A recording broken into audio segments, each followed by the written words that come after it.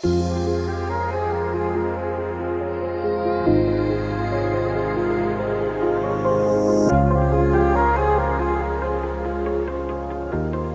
we are divided into two rooms here, and in fact, at this facility, there's open collaboration spaces, and we encourage you to explore the whole floor and the open collaboration spaces, and what's happening in this room is live broadcast throughout the whole floor. And if you want to ask a question from any of those collaboration spaces, you just have to go up to a screen and hit the hand button, and you'll be able to ask a question from wherever you are. And the ceilings are also mic'd. So this facility is called Innova. It's an open concept hub. You'll see that there's a hologram that you can explore on the floor, where different experts who are at the summit have pre-taped hologram messages about different aspects of the summit, different recommendations on sources. You might even see someone from Star Wars in the hologram. That could be an extremely embarrassing segment, but we do encourage you to enjoy that part of the facility. So in terms of what we're doing today, yesterday's sessions helped kind of landscape out a mapping of where we are in terms of mis and disinformation as it applies to climate change, and also the systems that drive it. Today, we're shifting into more hands-on, kind of practical lens. So we'll be looking at concrete tools, strategies, frameworks, technologies that are being deployed and can help support climate information integrity and/or information integrity more broadly. So this first session explores what it means to build resilience amongst our publics as well, not just through fact-checking or correction, but by strengthening the public's capacity to navigate contested information and to recognize manipulation and stay grounded in what is really kind of a fast-moving domain. So we're going to hear about youth-focused literacy campaigns, gamification as a means of fostering critical thinking, research on the roles of emotions and narrative, and then on-ground efforts to embed climate literacy into public communications. So we're going to hear from 4 practitioners this morning, and we're going to start with Matthew Johnson. So Matthew is the Director of Education at MediaSmarts, and we're in your good hands. Thank you. Thank you so much. So I'm just going to set myself a timer because I know that we all have been asked to stay under 10 minutes. And like most of us in this room, I suspect I could talk about this stuff all day. So I want to make sure that I don't. So for those of you who may not be familiar with MediaSmarts, we are Canada's Centre for Digital Media Literacy. Our mission is to ensure that all Canadians, but with a particular focus on children and youth, have the critical thinking and the ethical decision-making skills they need to understand and to actively engage with all media. And of course, over the last 20 years, that has also become a matter of being responsible sharers and broadcasters of media, as more and more of the media that we use is networked and interactive. We have a program that works from K to 12, although we know it's also used by preschools and in some cases at the secondary level. And we are a registered charity. Everything that we do, we make available for free on our website in both English and French. So when it comes to misinformation more broadly, and climate misinformation specifically, a lot of our focus is on teaching better shortcuts. Of course, we do teach the more complex critical thinking skills, but we recognize that for most people, most of the time, how we make our decision is through heuristics, through mental shortcuts. And so rather than telling people not to use shortcuts, we try to teach them better shortcuts. And some of you may recognize up there our little buddy, the house hippo, who is kind of our mascot. So the approach that we teach, starting around grade 4, we lay the groundwork earlier, but this is when we start teaching it in earnest, and then we layer it as students get older, is what we call information sorting. It's a way of reconciling both what we know are the most effective ways of addressing the flood of information that we deal with today, what's frequently in the literature called lateral reading, which we call companion reading, but also reconciling that with the great tradition of media literacy, of closer reading of content. So here's the difference between them. Companion reading is when we're trying to evaluate the overall reliability of a source. And it's not about looking at the source itself. It focuses on what other people say about that source. It's about finding out whether or not a source is worth your attention. Close reading is when we've determined that something is worth our attention, either because we already know it's worth our attention, because it's something where companion reading isn't relevant, like an entertainment source, a meme, something like that, or where we've used companion reading to determine that it's worth our attention. And that's where we look at those classic media literacy things like framing, bias, emphasis, selection. It's where we learn to analyze arguments. And here we're focusing mostly on the source itself. But that flow is really, really important for a number of reasons. One reason is that a lot of intentional disinformation sources mimic the surface characteristics of reliable sources. So if you jump straight to that close reading, you will find that it looks like real journalism, or it looks like real science, or it looks like real health information. You need to go outside of it. You need to say, do other people consider this to be a reliable source? It's also the case that thinking critically about low-quality sources is a colossal waste of time. We don't have that time. We're not in a world anymore where we have to go out and seek information, where you have to go to the library. Information comes to us as a flood. And so that very first thing that we have to do is winnow it out. That's why we talk about information sorting.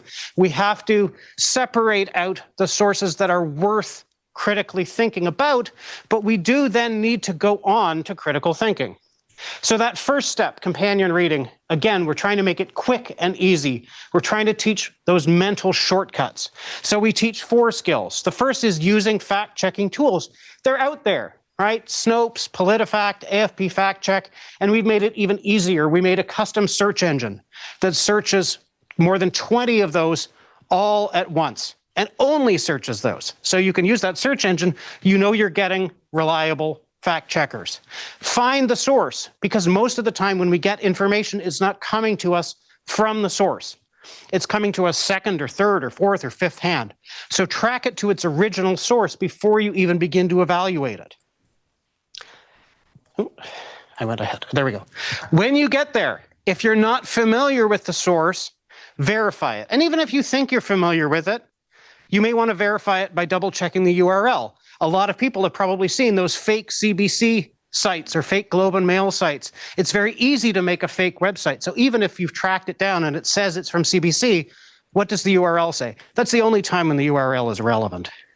And finally, you can check against other sources. So again, use the breadth of the internet as an advantage. So if you see a news story, use the news tab on Google, check news sources you already know are reliable. And those are things that we need to teach students directly. First of all, how can you tell if a news source is reliable? But also, here is a list of basically reliable news sources. That doesn't mean we trust them 100%, right? So just because you've tracked it and you said, okay, this story came from the New York Times or the Globe and Mail or wherever, or you've a source that you weren't familiar with before, but you've determined through companion reading is reliable, that doesn't mean you just accept it. That means it's worth your sustained attention. It means it's worth the critical thinking that's involved in close reading. And even at that point, we're not teaching them to question everything. And that, I think, is the biggest mistake that has been made in media literacy education over the last 30 years, is teaching kids to question everything without giving them a system for determining how to ask those questions and how to answer those questions. One of the key concepts that we teach is the idea of consensus and what it means, that it's not just what a bunch of people have decided, and that it's not just changing constantly, that there is a process by which consensus changes. That science is not about saying a theory is right. It's about saying a theory is not wrong yet, right? So it's not just that scientists get together and agree on something. It's a matter of teaching students about the weight of evidence. And I can tell you, I have 2 kids in the K-12 system, and neither one of them is in grade 12, one of them is in grade 9, neither one has learned a thing about how scientific consensus occurs or how it changes, because it does change, and we can't deny that it changes, but we need to teach them how it changes. That, for instance, until around 1980, there was absolutely no consensus on what had happened to the dinosaurs, and that there was a very, very clear process, how there was an accumulation of evidence that led to one theory becoming the dominant one. And you can point to very clear, specific evidence on a topic that A, is not very political, and B, interests a lot of young kids. We also need to teach young people to tell the difference between a competitive theory, a minority theory, and a fringe theory, one that is not at all in dialogue with the community. And I think finally, I've got more slides. Oh no, wait, I think is that everybody's slides? Anyway, probably the most important thing we can teach is intellectual humility. And that as practitioners, that goes hand in hand with consensus. That we can't just talk about science, the history of science, as like a progressive victory, right? We found this and then we found this. We have to talk about the blind alleys. We have to talk about the wrong turns. And we have to explain how we identified those were blind alleys and how we turned back from those wrong turns. So we have to focus on promoting open-mindedness, curiosity, self-awareness, and teachability. That is the quality of being teachable. That's something that we can model, whether we're instructors, whether we're public-facing practitioners of science, anything like that. Once again, we try to boil it down to thinking shortcuts. And so we boil it down to 3 questions. Now, these can be expanded on, but it comes down to 3 questions we can ask ourselves before we investigate anything to make sure we are being intellectually humble. The first is, before you even start, what do I already think or believe about this? Number 2, why do I want to believe or disprove this? And that, again, is why teaching about misinformation can't just be about debunking. Because if it is, then we're just going to debunk all the things we don't want to believe are true. And finally, probably the most important question, what would make me change my mind? So some people may have heard the rule, set your limit before your first beer. Because that's when you have a rational ability to decide how many beers you actually want. Well, it's exactly the same thing with investigating anything. Decide ahead of time what would make you change your mind so that you can make a fair assessment and keep yourself honest. Thank you. So it's my pleasure to introduce, Scott DeJong. So Scott DeJong is from Concordia University. He deals with gamification, which is a tool, an interesting tool in our space. It's used both to talk about mis and disinformation, used as a mitigation tool, and Scott's going to focus today how it's used as a tool to foster critical thinking, and it's lots of fun. So.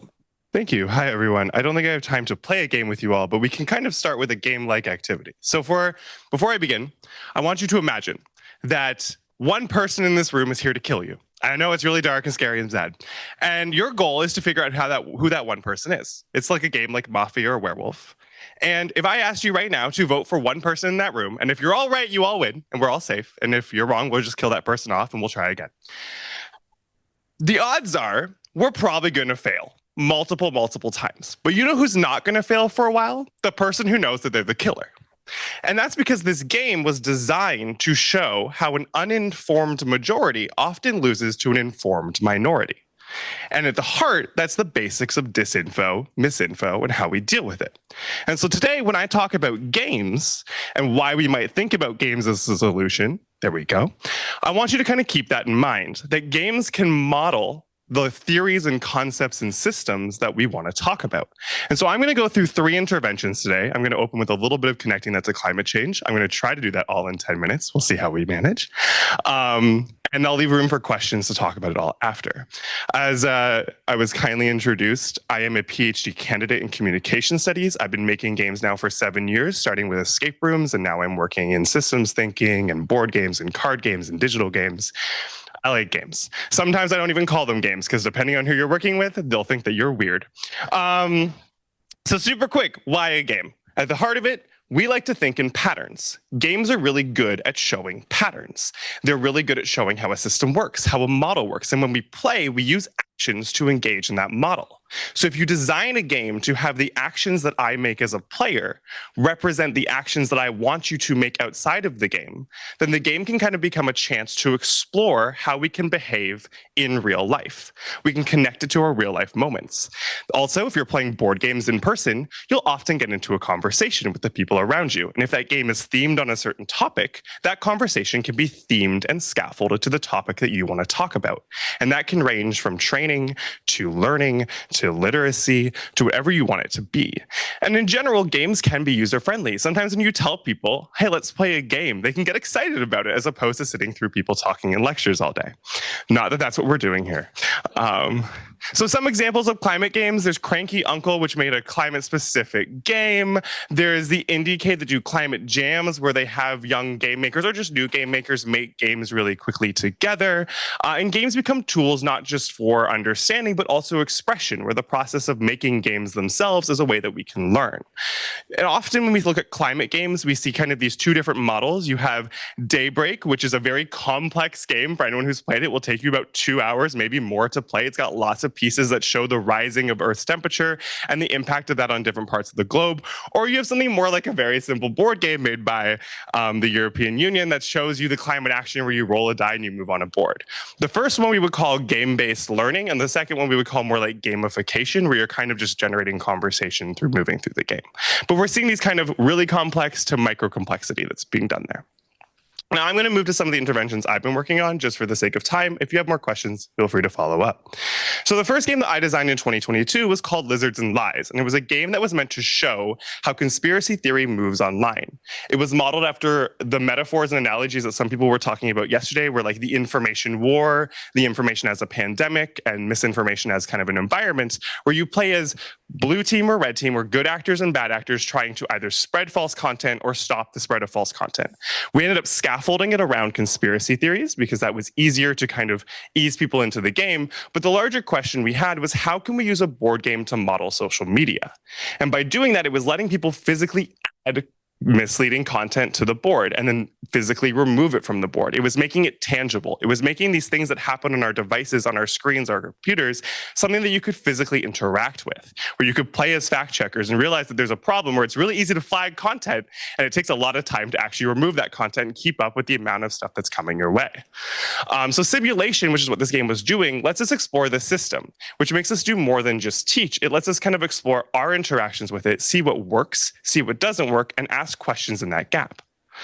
And so this game's impact, I was blown away when I released it as a grad student in 2022. I was dealing with governments, military groups, journalists, where I was flown to Lithuania to localize the game for their military to talk about with, because there was interest in understanding how the system works, how foreign actors try to influence our feeds. And so games that were really heavy and technical like Daybreak and Lizards and Lies can model that for people, where we run through knowledge experts in those games. It creates conversation about their knowledge expertise. And if I bring in people from different stakeholders in ministries or in governments or in different organizations, and we all come and play together, you'll share what you know, I'll share what I know, and someone else will share what they know. And together we can move forward, perhaps coming up with a policy direction or an internal kind of policy decision. The next intervention we're going to talk about is called The Feed. This is coming out this fall. I'm giving away 1,000 copies for free thanks to some philanthropy. So if you're interested, reach out to me. But this looks like making games a conversation. It was co-designed with high school teachers, actually in Seattle. I was there as a Fulbright scholar, but I'm hoping to translate and introduce it into Quebec because that's where I'm based in Montreal. And it's a game where you learn about how social media content moves online. So you're playing content like outrage, cute, conspiracy, and satire as a means to kind of generate likes and follows. And in the game, we were asking, how do we use it in the classroom? Because those really complex games that take 2 hours to play, no teacher can actually run. You need something that's playable in about 30 minutes, can be debriefed easily, and expects your players and teacher to have very little game literacy, so they can pick it up quite simply. And the goal here was to have it grounded to their lives. So you can see that, like, we just write conspiracy, satire, outrage, cute, because we weren't trying to tell them what the content was. You as a player tell me what outrage is. You tell me what cute is. You tell me what conspiracy is, and you base it off your own social media feeds. So it has high school students talking about an example of outrage or making it up on the spot, where in one case a kid was like, I posted cute content. It's my cat playing around outside. And another kid posts, well, I post outrage, which is your cat's now on fire. And then those kids yelled at each other. And I was like, look at that. You made a flame war. Congratulations. And we talked about that then as a learning moment, right? Where it wasn't the game being a teacher specifically telling you what to do, but it was allowing those moments to explore those systems to occur.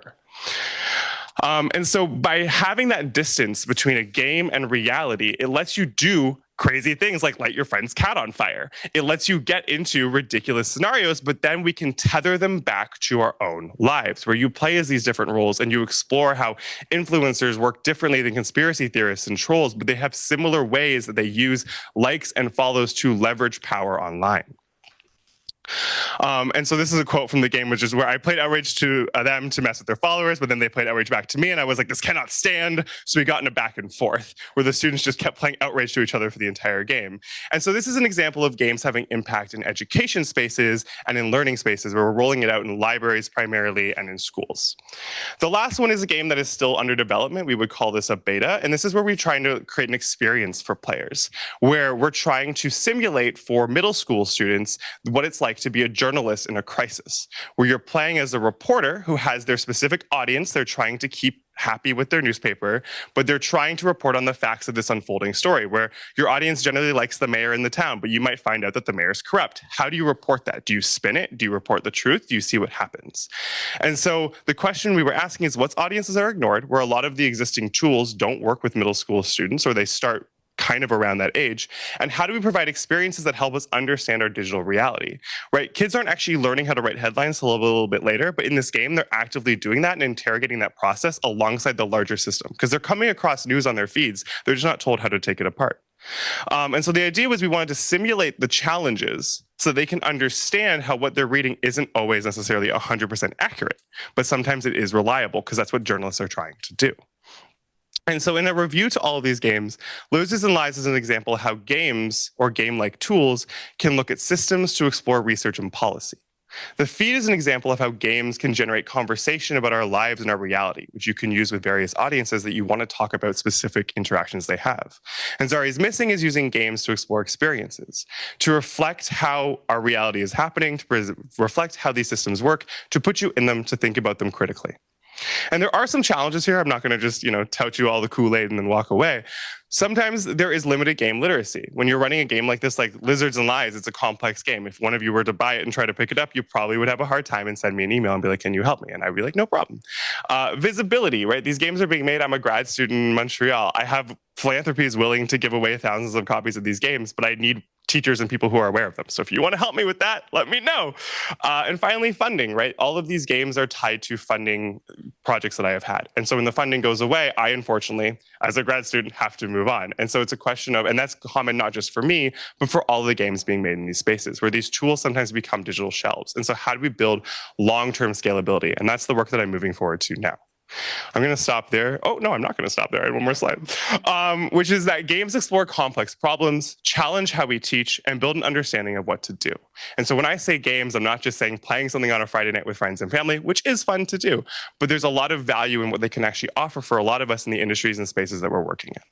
Thank you so much. There's my email. That sounds like lots of fun, and I'm sure you're going to get lots of offers to work with you or requests for your games. I have a copy with me here. So our next speaker is online. So it's Shandell Houlden, who's from the Cascade Institute, who's also will be focusing on how narrative and equity shape digital literacy and resilience to climate mis and disinformation. I just want to thank everybody for bearing with me calling in remotely. It's very early in BC right now, and the sun is finally coming up. We are close to the fall equinox, so it's already very short days. And yeah, I'm getting into being awake, but maybe not fully in presenter mode. But this has been a really good warm up hearing everybody's presentations. So the talk I'm giving today, the brief presentation, is called Disrupting the Pattern, a systems approach to media literacy. Lots of alignment with the previous two presentations, which is quite exciting. Before I get going, I just want to make a quick land and territory acknowledgement because I am coming in from a different location than where you all are at.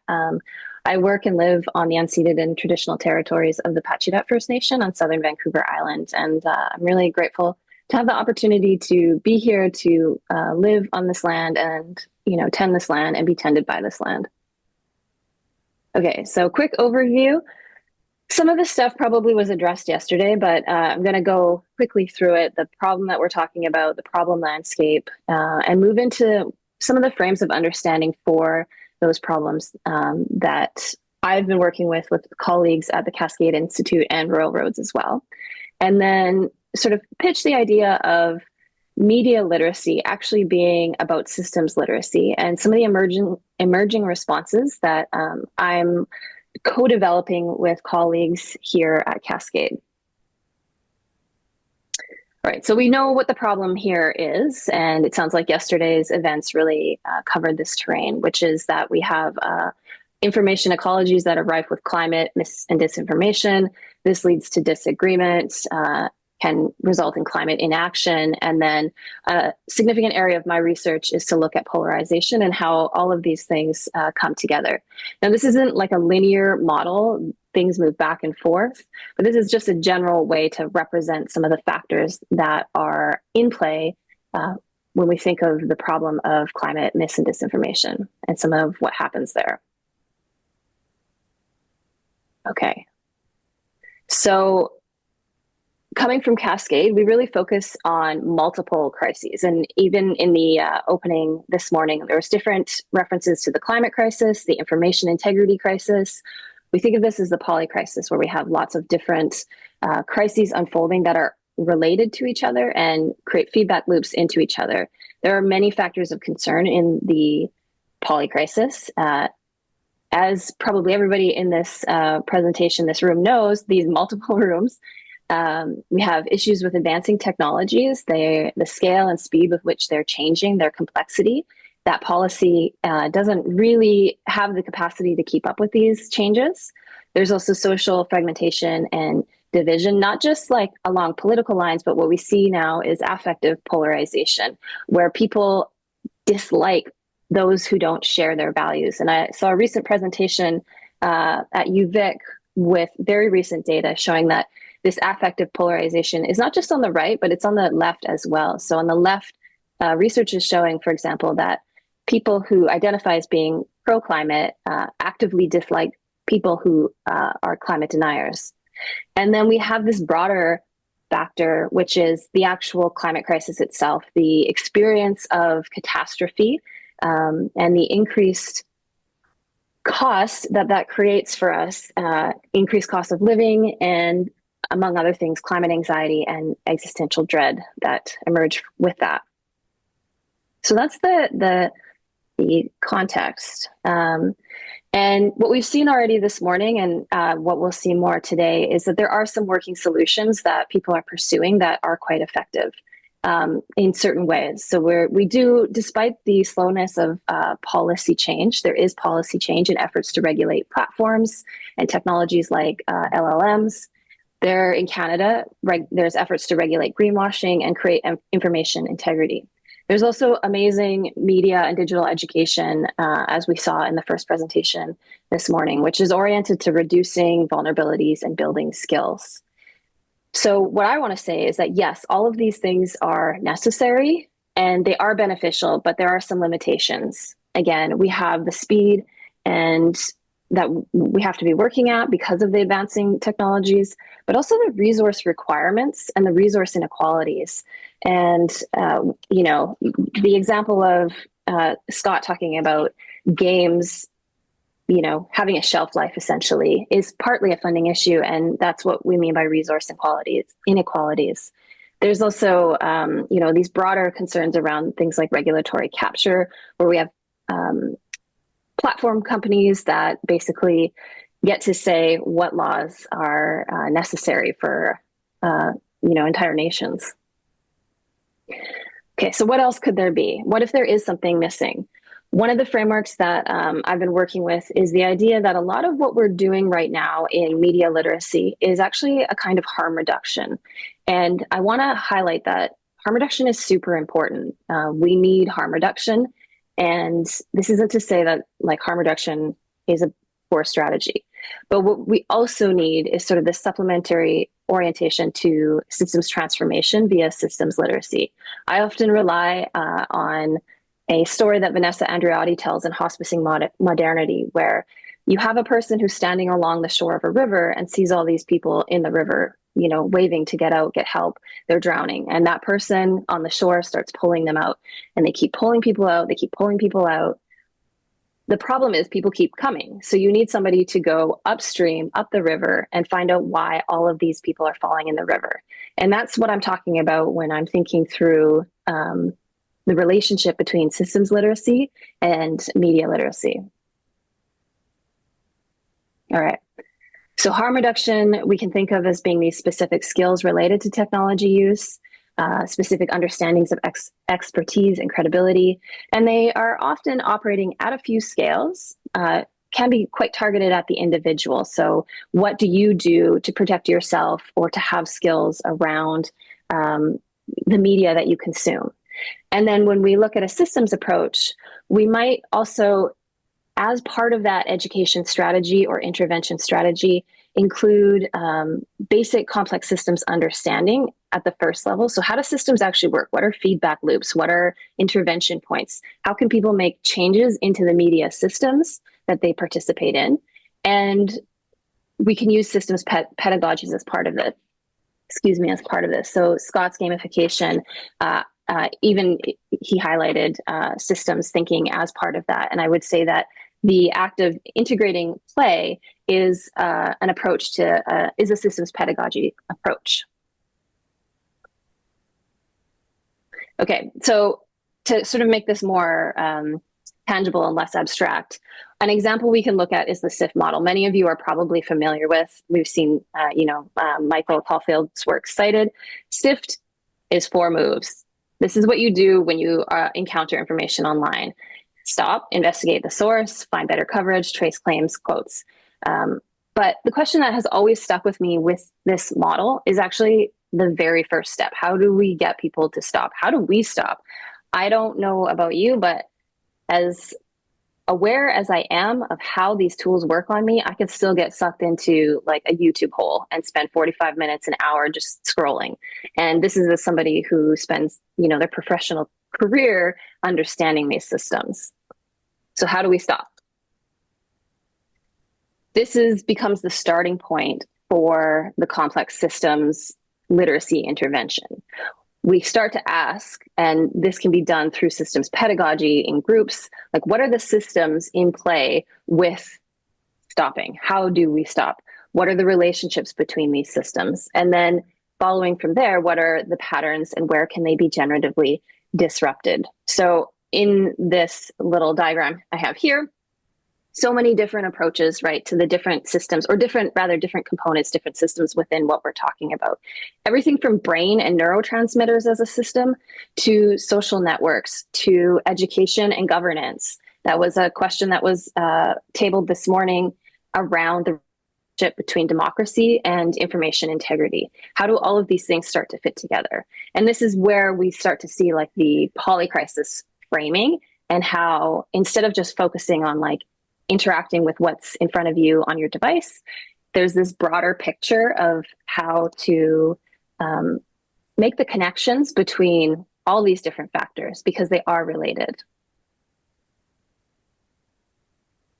Okay, so I have probably lost track of time here, but I just, in summary, I want to say that what I'm presenting here is a starting point. This work is in its early stages of integrating complex systems theory with media literacy. And it's a move to not move like beyond, but expand the harm reduction model into a broader systems approach. I'm looking also at relational systems literacy, which is a decolonial approach to systems literacy, and one that I think would be really beneficial in complexifying what we're talking about here, not losing sight of the fact that a lot of the tools, a lot of the networks that we're a part of, a lot of the narratives that we're working with are actually grounded in ideas of modernity and progress. So how does that fit into what we're teaching here? And then the future directions of this work are to actually begin to develop resources and curriculum using relational systems pedagogy. So work out of the ULab at MIT, Otto Scharmer's work, Nora Bateson's work, and then aim for scalability, which is always a question at the heart of what we're doing here, because the scale of the problem is so challenging. And that is me for this morning. So thank you so much. There's my email if you want to connect. And I guess we'll save questions till the end. Well, thank you, Shandell, for having shared your research from beautiful BC. We're back in Ottawa now, and it's my pleasure to introduce Amber Bennett, who's from Re.Climate. We had heard from Chris from Re.Climate yesterday. Amber is going to take us through climate literacy, how we embed that into communications. Great. So before I jump in, how many people have heard of Re.Climate? Oh, I love that for us. That's great. Okay, that's great. Okay, so well, maybe I'll pull back the curtain and you can see a little bit of the logic behind what you might see. So we are really focused or hyper-focused on the people who are on the front lines.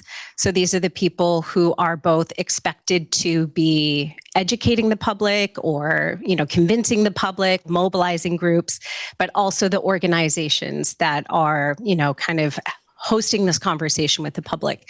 So we are a think and do tank. We're hyper-focused on building the field of communications. So that's both climate communications. So that's both the kind of translating research, what you are all working on, into practice. What do we know is best practice? What are we learning from other countries?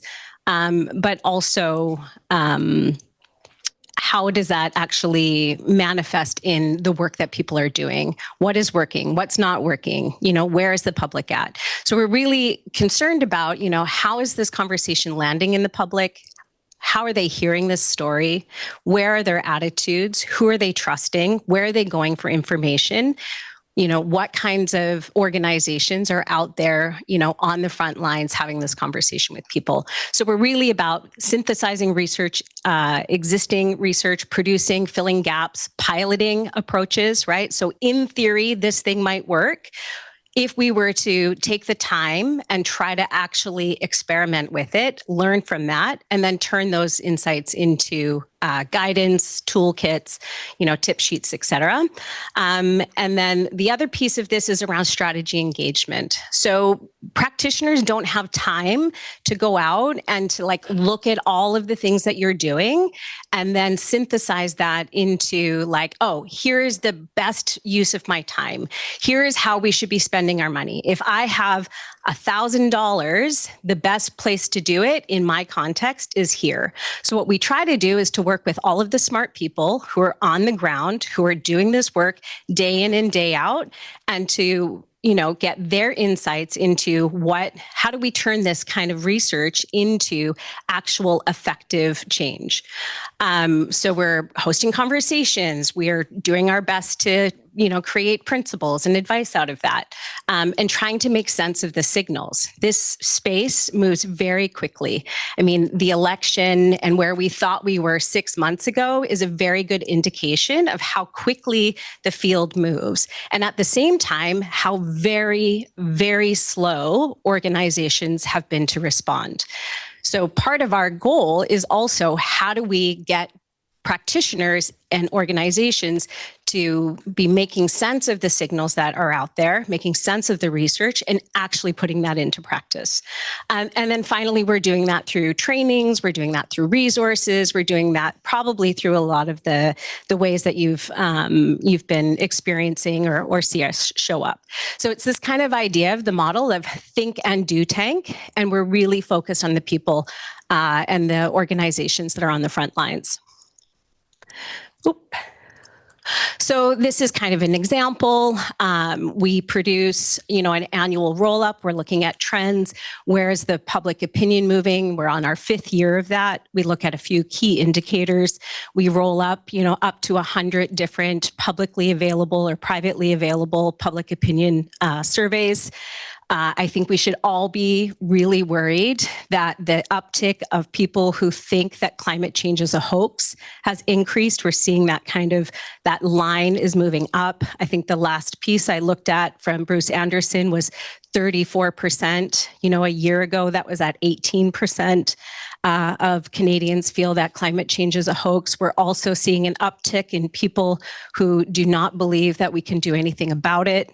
At 34%, up about 15 points. At the same time, we also see an increasing public concern, right? So from last October to this year, we have a 15% increase in Canadians that are concerned about the problem. It's not that they don't care, but what they do think, and where Canadians are at, is that they aren't really certain about what solutions, they're kind of feel shamed and they kind of feel angry being pressured into technologies and household technologies that they can't afford or they don't think are reliable or that work. And they also feel that we don't like them. So I think somebody else had pointed to this, but there's a great piece of work that's come out of with Emily out of the UVic, who's basically saying that for the most part, people feel that the left doesn't like the right, and so that has implications on messengers, etc. Chris's work, my colleague Dr. Russell, who was on the panel yesterday, was looking at flame wars. That's a way for us to better understand how is information moving around, and then what are the implications for people. I mean, really, practitioners are the ones that are answering the hate mail. They're the ones that are trying to make decisions about whether or not we shut down this poster. They're trying to be out in the community and educating people about community-based energy and renewables, et cetera.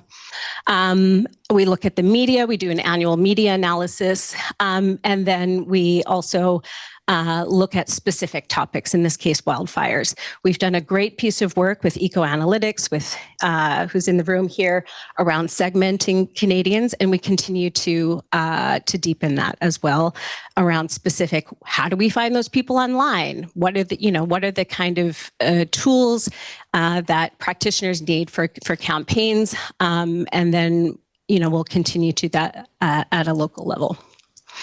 So overall, this is my read of the situation.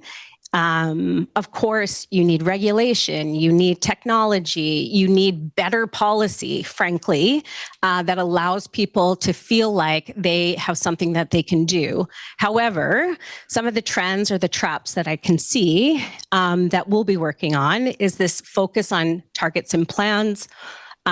They're important, but they're not an effective public engagement tool. We need to move the conversation. It's way too abstract, it's too distant, and it's really out of touch with everyday concerns. So we need to move that into another narrative. We need another focus. My next slide will get to that. Two, we're over relying on politicians and advocates. When we do our media analysis, it is almost only politicians that are quoted in the media. So all of the great work that, think tanks are doing, that advocacy groups are doing, et cetera, it doesn't make it into the news at all. And by and large, climate, and that was, mentioned yesterday, is, attached to less, like 15% of the stories that are even covering climate solutions mention the cause of climate change.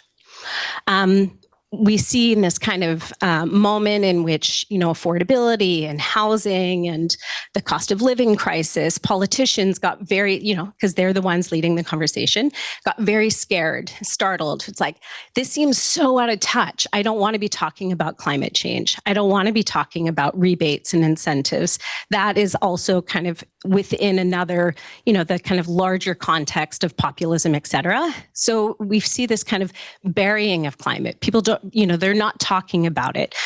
Cities are pulling back on public engagement around climate change, and it's a vicious cycle, right? So if you are not talking about it, we're not continuing to build understanding about the causes of it. Neither are we understanding what is actually happening in order to build confidence that yes, people are doing something. The policies and the programs that we have in place are working, and it's hiding the support that is actually out there, right? So this kind of social norm, and that we consistently underestimate the amount of support, that concern that there is, and the support for climate action. So when we don't talk about it, all of that kind of gets buried and becomes kind of a reinforcing, self-fulfilling prophecy.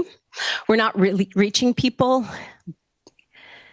Like the moment from where like a government can carefully craft a press release and then like have a press conference and imagine that that information is going to reach citizens. It's like that is over, but yet that is primarily a lot of the ways in which local governments, but also advocacy groups are imagining how they're going to reach people, right? It's like, well, we posted it on our social channels.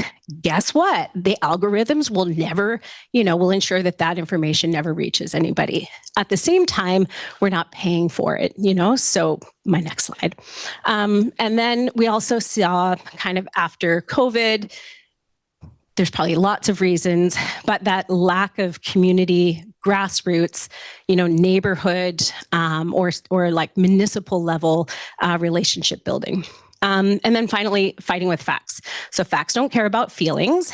And by and large, we haven't gotten the feelings right. Why? Because we're talking about targets, we're talking about abstract concepts, science, et cetera. And we've failed to really touch into the feelings that people are carrying. So those are some of the trends and the traps. And I'm sure that there's lots of gaps in this. And I could talk lots about that. Finally, I have 2 slides left. Some of the ways in which I think we can focus on building this piece, supporting people on the front lines around filling in so that Canadians have a better understanding of the problem, the choices, and what's the opportunity. Also, so that they're more resilient to misinformation when they encounter it. Because frankly, we haven't sufficiently filled in a story for them.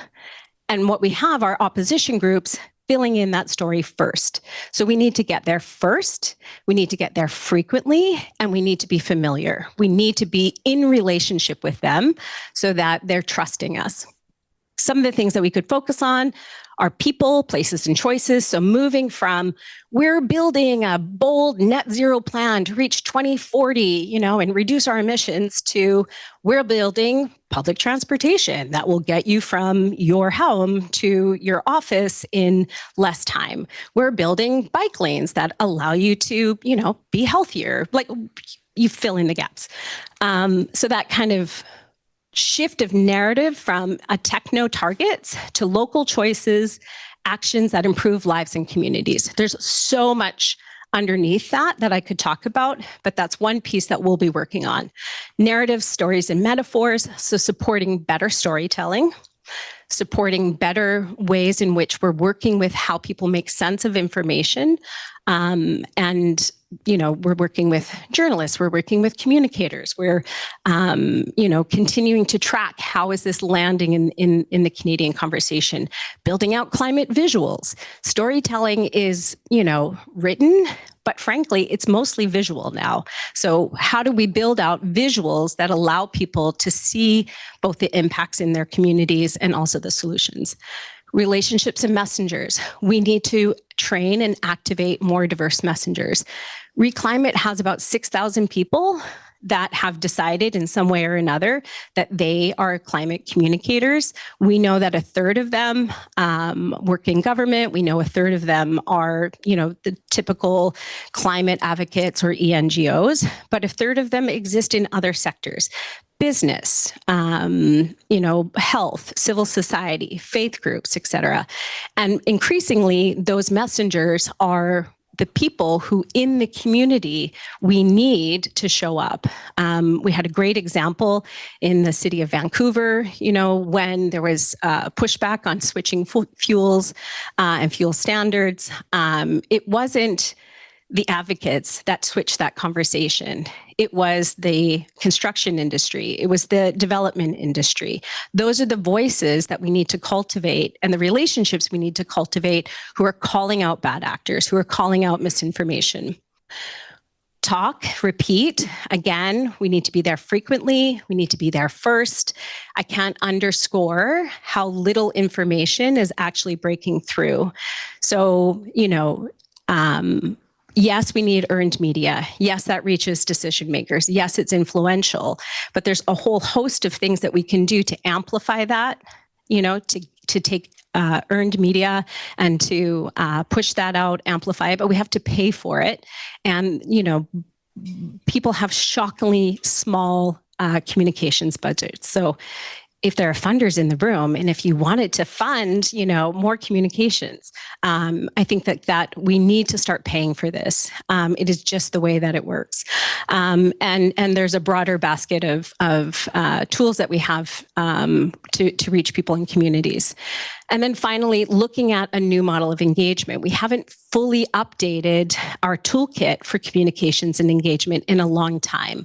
So, better understanding what does the modern toolkit for public engagement look like, kind of what to expect when you're expecting. You have to expect that there'll be opposition groups. You have to expect that there's misinformation. You need to account for digital. You need to account for how information is shaped and shared by people and not by institutions any longer. So really building that out and beginning to shift how we're thinking about this and how it's being practiced on the front lines.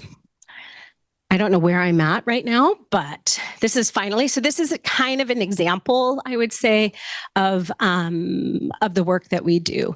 So we worked with Eco-Analytics, researchers in Montreal, Dr. Eric LaChapelle. We developed the 5 Canadas, which segments Canadians into one of 5 based on their values, their social values, political values, environmental values.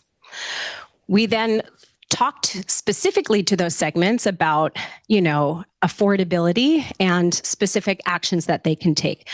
Frankly, do rebates and incentives make a difference? How are you hearing the climate conversation during the affordability crisis? Turns out that, aside from people not believing that these things are accessible to them, that they can't take part, they're kind of angry that it's being pushed down their throats. They don't think that the technologies are reliable, and they're not really sure if they're effective at all. So there's like more complexity about the affordability question. So when, the affordability crisis came on board, what we saw is a movement towards, well, all of these things that we've been talking to you, guess what? They also save you money. It's like, well, yeah, they do, but that isn't necessarily the message that Canadians needed to hear at that time. So with those insights, we went to we worked with the Green Municipal Fund, who are by and large funding rebates and incentives, et cetera, in communities across Canada.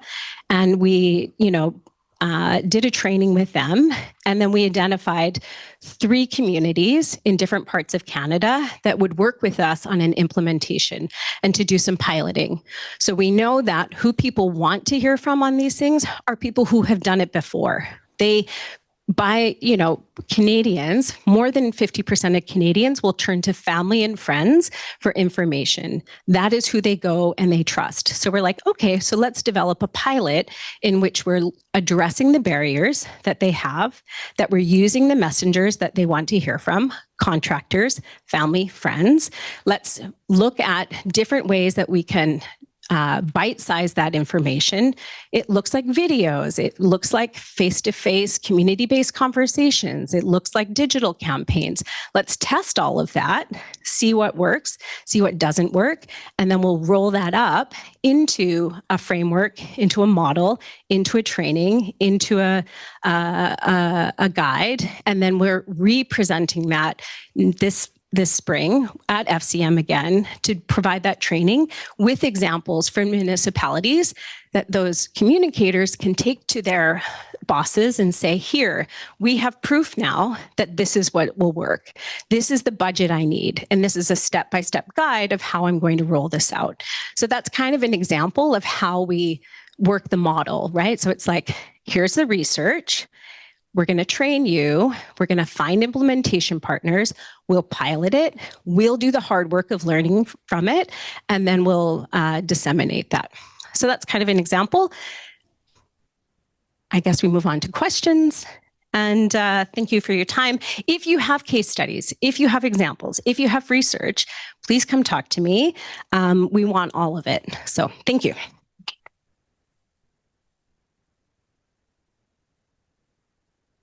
So this is a time when we can just have an open conversation, Q&A for the experts. Regardless of the room that you're in, you can ask questions. So if you're in one of the virtual rooms, there will be a resource person with you.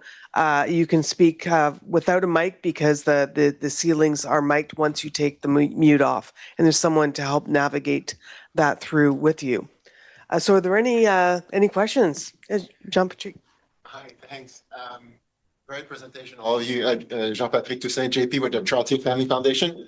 I just wanted to jump back on Amber, what you just presented. It's super interesting. And I was just looking at the last slide. There was a little heat pump logo and little fact, anecdote.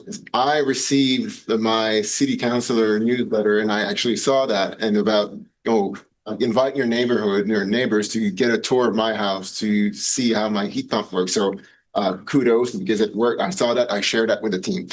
One of the things that I wanted to ask though about, and I don't mean to be cynical or critical, but I noticed when you started one of the first slides about what you do at Re.Climate, all of the pictures were about like pretty gloom, what climate is all about. And I wanted to go back to that because Catherine Hayhoe yesterday was mentioning, like, if people feel that they can't act on it, they won't. And a lot of the time, and it includes the groups that I've been involved in, that we work with, and I'm not, again, pointing the fingers, always like talking, yes, about targets and plans, whatnot, but also how bad it is. Yeah. Not being able to really portray the pictures or the solutions that are readily available. I know, like, it does a lot of that, but I'd like to hear you a little bit more about that. Yeah. And to say like how bad it is and keeps getting worse and like repeating the same things for decades now. So yeah.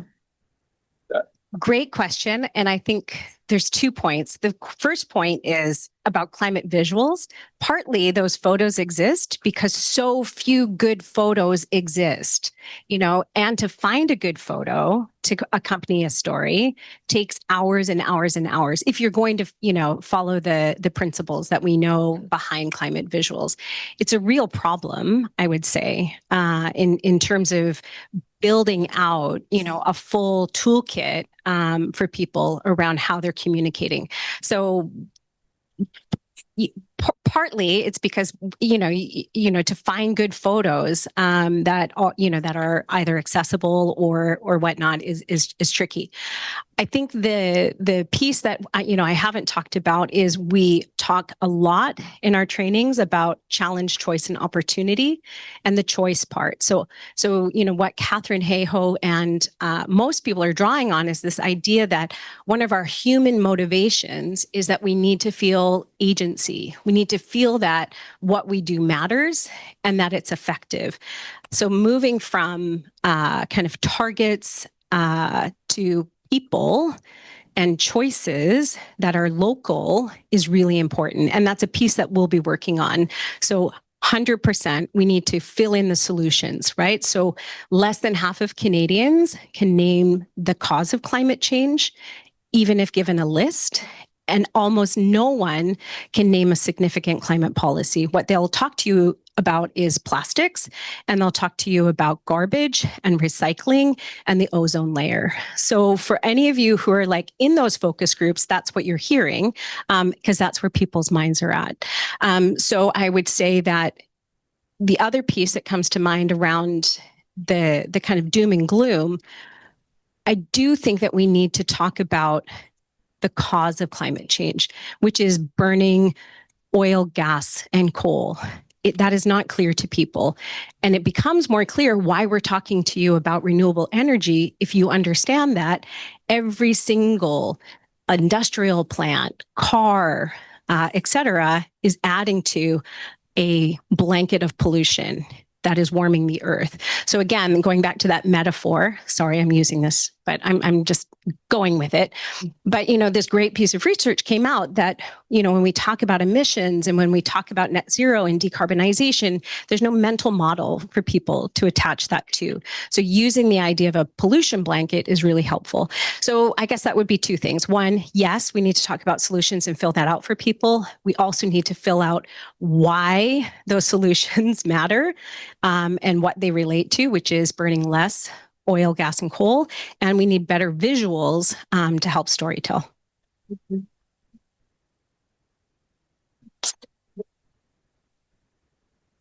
Hi. Sorry, this is again for you. So You have to speak up. I think the mics on the ceiling will pick it up, but you have to speak. yeah, try. So I've been working at Greenpeace Canada for over 10 years in digital communications. So this is all I know about. And recently what we saw is really a shift in emotions and how people we need to acknowledge how they feel and where they are at.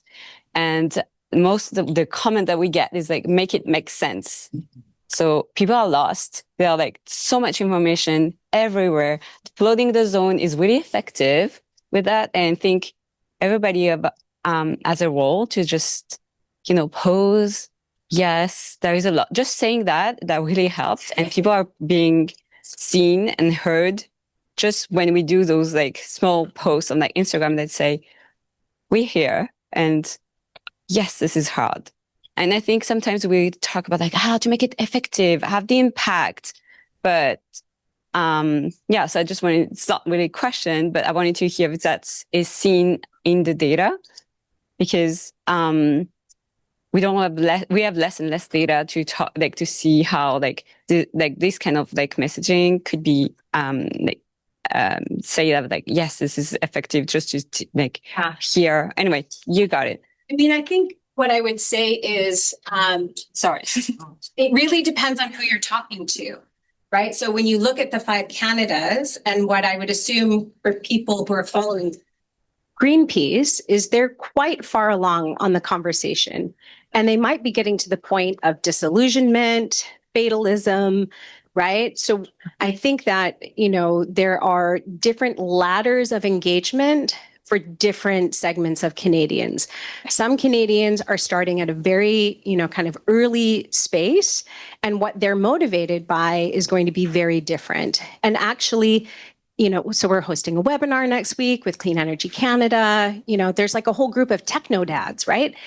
Techno dads just are like excited about the technology. They just want like new, cool technology. Whereas there might be, older, women who are like concerned about the future, of their children.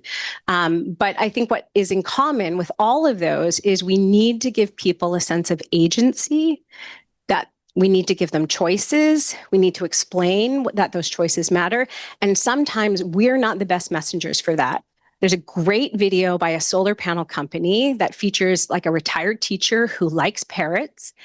And she's talking about how easy it was for her to get solar panels. And she loves it because now when there are, snowstorms in New Brunswick, she still has power. That's its safety and its security for her. So I don't know if that answers your question. What I would say is we need more frequent messaging about the cause of climate change, and we need more people talking about more solutions and giving people choices, and that those messengers should come from the audience. Who does the audience trust? Who do they want to hear from? But Greenpeace, I think, is really important in that you have the people who are there, right? And they need support. We're often, we got kind of hyper fixated on, speaking outside of the choir. We need the choir, right? They are actually who's going to carry us through. And we need groups who are also activating those people and giving them a sense of, here's your role, here's what you can do, what you're doing is matters. Just to open up the conversation a bit, I'm just wondering if you, Scott, Matthew, Shandell, you had other advice to share about that issue when the strategy is kind of to flood the zone and to confuse people. How do you bring out, individual messages? How do you break through the noise? And just wondering if you had other strategies to bring forward on that particular issue. Yeah, Matthew. Well, I would say one of the most important things is empowering the choir, empowering those people who who want to be advocates, giving them the messaging, finding ways to amplify them, take advantage of the networked media ecosystem. And again, going back to the theory of companion reading, so much of making use of the modern media ecosystem is figuring out how to make those things that are disadvantages, because they allow people to flood the zone, turn them into advantages. So empower advocates and help them have that sense of agency. Help them understand how much they can contribute by sharing about their choices. So much of what we believe other people think is not true. So we've heard about effective polarization. It is a rising problem. But in fact, what's an even bigger problem is false polarization. We believe ourselves to be more polarized than we are, but that's what matters more. If we think we're polarized, we'll respond as though we're more polarized. When you actually drill down and ask people, what do you think of these other people? Yeah, the temperature has risen. That is true, but not as much as people think it is. And it's the same thing with solutions. People are unaware of the small things they can do as individuals, but they're also unaware of the ways that they can influence the broader system and that they can change social norms. When we talk about going upstream, which is a really terrific metaphor, so much of the resistance to climate change mitigation is rooted in masculinity. I'm not kidding. Why is coal fetishized? No, I mean that. It is literally fetishized because it is sexual, it is gendered, it is about being masculine. One of the biggest things that an individual or a family can do, it's not about what car you drive, it's not even about where you get your energy, it's what you eat. Why is red meat fetishized? Because these things are masculine. We talk about the pink tax, which is absolutely real. Men pay a blue tax to stay masculine. But they're not just the ones that are paying it. We are all paying the blue tax that men pay to stay masculine. And so we have to be working upstream. And one of the ways is to have more men and more, I hate to say it, but, more masculine presenting men sharing their climate positive choices and that they are in support of climate change mitigation and solutions. We have to change the perception because, again, when you do the polling, you find there is way more support. Even though opposition has risen, there is way more support than opposition for climate change mitigation and climate solutions. And that's true. It's less true among men, but it's still true. But again, people don't realize it. One of the things we say about digital citizenship is if you want to change the world, act as though it has already changed. Because how media changes our mind, how we change our mind, it's not the hypodermic model that was debunked 60 years ago. So much of it happens because it changes our view of what other people think. And so that's what we have to fight against. I know there's a few more requests for the floor here, but I want to be equitable. And I see there's a question in room CRX 632. Do you know who you are? Richard, I know you're sitting in that room. We're here. So can we hear the question? Hi, Richard. So can we hear the question from the questioner there, please? Can you hear us? Yes. You should be able to hear us, right? Yes. So a question from the virtual participants from Nicolas Chopin from MECCE project. It's 4 questions in one. So Nicolas is asking, I'm interested in the outcomes and impacts of the approach Matthew presented on. Have they done any research on whether participants in their program are better at detecting climate misinformation? Do they have lower climate anxiety? Are they more likely to think climate change is important, to take climate action?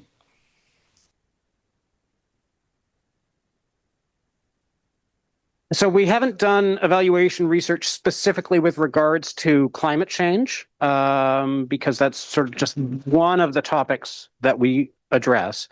We are working with general information skills.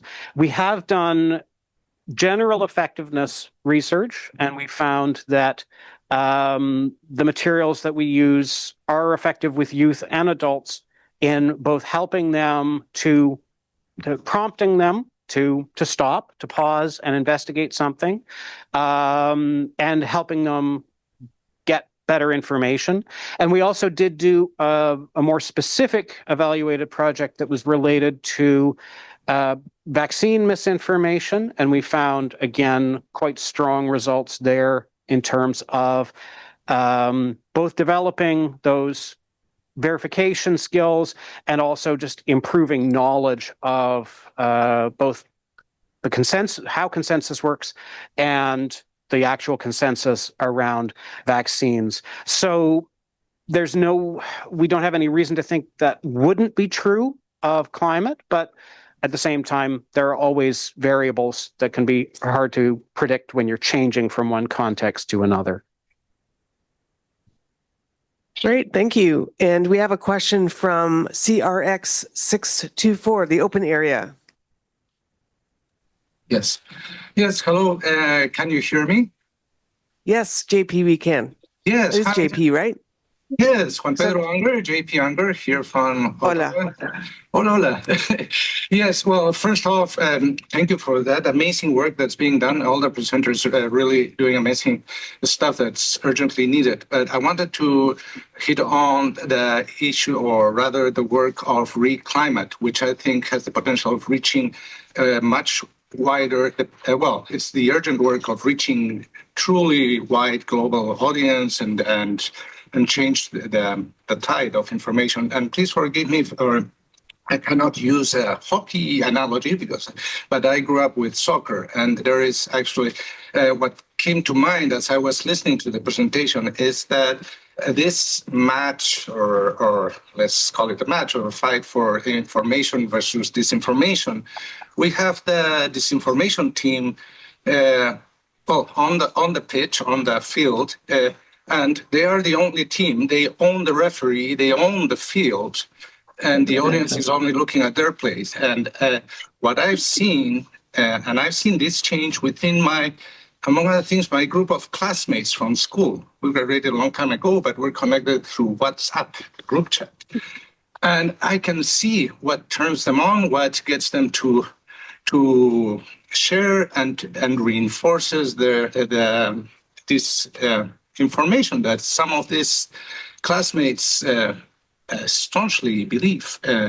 And I think it's a key. Well, first, just the term climate change gets an immediate red card. And think of soccer match. Immediately, they turn up the defenses, are not interested in hearing it.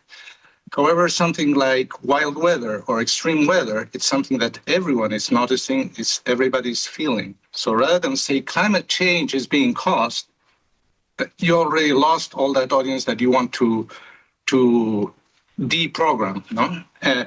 If you say extreme weather is happening because you're burning fuel and there's proof, something like that, meaning keeping it simple, use the billboard principle, use the meme principle, use a catchy video or cute. And it's true that there's a very frequent association with between toxic masculinity and climate change denial and bringing down arguments, sensible arguments. So maybe use beautiful women or homoerotic characters like the Wrestling Federation, or something like that many follow.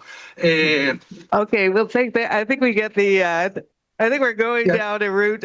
Anyway, sorry, don't want to get too explicit and whatnot, but the no, it's okay. It's okay. Simple. But I think you're raising a broader issue that I think is one that we should actually also talk about, and that is, do we actually change our language? Do we change our terminology in order to more effectively communicate? And this comes across in a variety of different ways. Like there's some people saying that we shouldn't even talk about disinformation anymore because it's triggering. You just raised, do we actually talk about climate change if climate change is going to provoke some resistant reaction?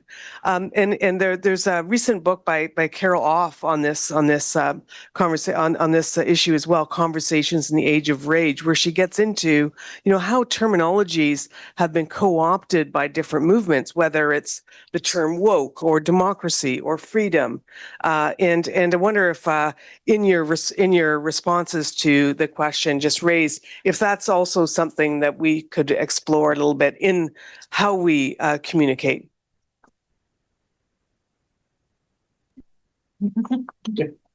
Amber. I feel like I'm overrepresenting here.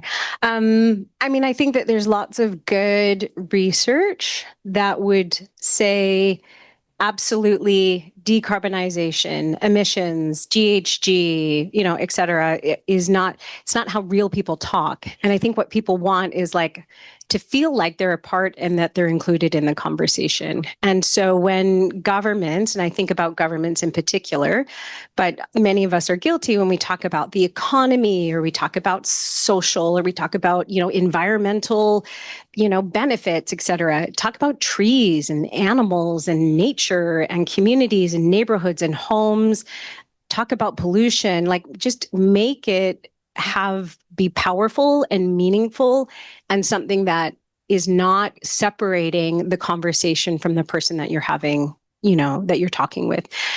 Living in Calgary, I can say I live in real time with this question of how polarizing is climate change. I almost never talk about climate as like my first opening move. I tell the story about how I've moved to Calgary, how I want, my children to be able to live there. I tell a story about who I am and about why this matters to me. And I allow them to, get to know me a little bit. And so I think a lot of this comes down to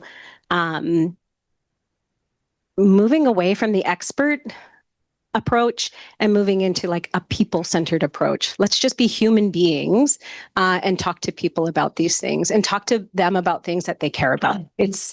And you know, I understand that there's a precision that's needed in policy and in, you know, some spheres. We just need to recognize it is not effective public engagement. That's all. Great. And Shandell, I think you wanted to come in on this point. Is that right? Please. Yeah, sure. It's sort of in a shared spirit there of like talking to people about what they're concerned about. One of the projects that I'm working on in a small community is around climate education and systems education. And we've been thinking very carefully about how to, you know, develop engagement. And if we come into the community and say, hey, let's talk about climate change, it's just not going to work. And so some of the strategies that we're looking at now are like, how we pitch the topics that we're going to talk about. So for example, some of the ideas we're floating are, come and talk to us about why you can't put your phone down. You know, like we all have this, why can't I put my phone down? Like, I just, you know, this is my lived reality. I'm hanging out with my kids and I can't put my phone down. Or why is everything so damn expensive now? And these become entry points sorry, to not just talk about like the economics of a thing or whatever it might be, but to expand outward into, again, those broader systems. So we can start from why everything is so expensive. Why when I go to the grocery store, is half the food on the shelf not actually food? And then, you know, help people make those connections in a way that's actually really meaningful and relevant to their day-to-day lives. And I think that we're seeing a lot of interest in that approach. So I'm just going to take one last question. I know there's lots of people who want to come in. We might have to just take some of these conversations over the break. But I know you've been waiting for a question here. So let's take this away from me. Yeah, so I don't know so much if it's a question or just a comment, just about being a practitioner in an environmental group in Montreal and how we communicate and, you know, how that's evolved and how we're trying to circumvent the algorithm. So if we want to talk to people, we have to be a little bit polarizing so that we get around the algorithm. And then we have to engage one-on-one. So it's just about a comment. I find this very anxiety-inducing to know that we can polarize exponentially with weapons of mass destruction. But when we want to depolarize, we have to have conversations.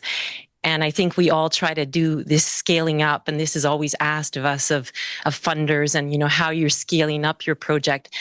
And I think we can't scale that rapidly. Like, we have to accept that we're going to have to multiply conversations, go back to a lot of on-ground things and things that people are doing already. And then when we use numeric tools, we still have to keep that engagement going, because that mass messaging doesn't work anymore. It's fine-tuned. So when you're able to sort of go into that bubble with something that's a bit controversial, like we will do something not on climate, bike paths, and you know we'll say some benefits to bike paths. Well, that is polarizing, and all of a sudden we get all sorts of engagement, and then people start talking with each other. So it's not really new what I'm saying, but it's a bit of a sobering message to say that we can't get around that aspect of it. So I'm really sorry we didn't have more time. I wonder if someone with an actual question, just so we can get final remarks from the speakers, and then we'll wrap up. Did you? Yep, please. My question is actually an observation wrapped in a question. All of you have talked about stopping. You talked about body and grounding this experience in lived experience. So discuss. So maybe this is a time just to get some just final reflections and rapid fire. How's that? Yeah. So much.